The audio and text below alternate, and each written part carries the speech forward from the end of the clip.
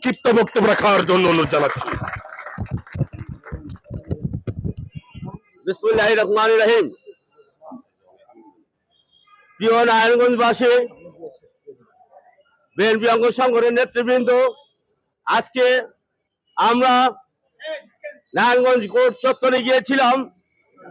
আমাদের নেতা, বাংলাদেশ জাতীয়তাবাদী দল নারায়ণগঞ্জ মহানগর বিএনপির অন্যতম নেতা, নারায়ণগঞ্জ জেলা ছাত্র দলের সাবেক সফল সভাপতি জাকির খানের মিথ্যে মামলায় আজকে জামিন শুনানি ছিল।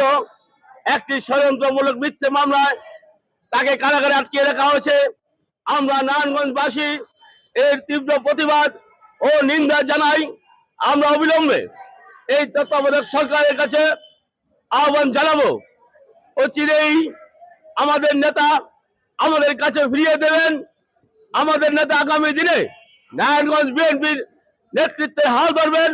সেই নেতার অপেক্ষায় আজকে নারায়ণগঞ্জের বিএনপি নেতা কর্মীরা চেয়ে আছে, তার দিকে তাকিয়ে আছে।